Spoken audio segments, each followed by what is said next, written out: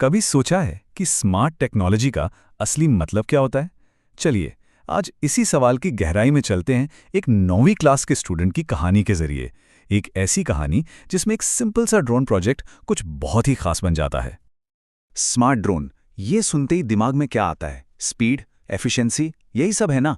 लेकिन सोचिए, क्या हो अगर सबसे स्मार्ट ड्रोन सबसे तेज हो ही ना? क्या हो अगर वो सबसे ज्यादा थॉटफुल हो, समझदार हो? बस यही एक सवाल इस पूरी कहानी का सेंटर पॉइंट है। और यहीं से हम टेक्नोलॉजी डिजाइन के दो बिल्कुल अलग अलग नजरिए पर आते हैं। एक तरफ है ट्रेडिशनल अप्रोच, जहां मकसद बस एक ही होता है, मैक्सिमम स्पीड और एफिशिएंसी। लेकिन इस प्रोजेक्ट ने एक बिल्कुल नया रास्ता चुना, एक रास्ता जिसमें जिम्मेदार सुरक्षा और विश्वसनीयता को सबसे आगे रखा गया। और ये छोटा सा शिफ्ट ही सब कुछ बदलने वाला था। तो देखते हैं स्पीड के साथ आखिर प्रॉब्लम हुई क्या। यहीं से कहानी एक मजेदार मोड़ लेती है। शुरुआत में तो सब कुछ बिल्कुल टेक्स्ट बुक की तरह चल रहा था। ड्रोन को असेंबल किया गया, बेसिक नेविगेशन प्रोग्राम किया गया और फिर स्पीड और एक्यूरेसी के लिए टेस्ट किया गया। एक टिपिकल साइंस फेयर प्रोजेक्ट जैसा ही लग रहा था। लेकिन तभी कुछ ऐसा हुआ जो सोचा भी नहीं गया था। और ये था वो टर्निंग पॉइंट। स्टूडेंट ने महसूस किया कि स्पीड के पीछे भागने की ये कोशिश एक काफी खतरनाक सिचुएशन पैदा कर रही थी। ड्रोन सबसे छोटा रास्ता लेने के चक्कर में लोगों और बिल्डिंग्स के इतना करीब से निकल रहा था कि एक बड़ा खतरा बन गया था। इस एहसास के बाद एक बहुत जरूरी फैसला लिया गया। ड्रोन के लॉजिक को रीडिजाइन करना होगा और सेफ्टी को सबसे ऊपर रखना होगा।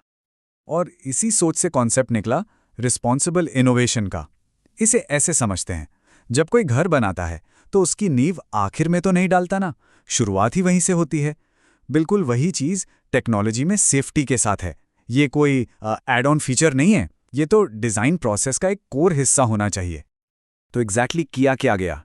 पहली चीज, रूट्स को रीडिजाइन किया गया ताकि ड्रोन भीड़भाड़ वाले इलाकों से दूर रहे। फिर एल्टीट्यूड कंट्रोल ऐड किया गया, मतलब पेड़ों और बिल्डिंग्स के पास उसकी ऊंचाई कंट्रोल करने के लिए नए रूल्स डाले गए।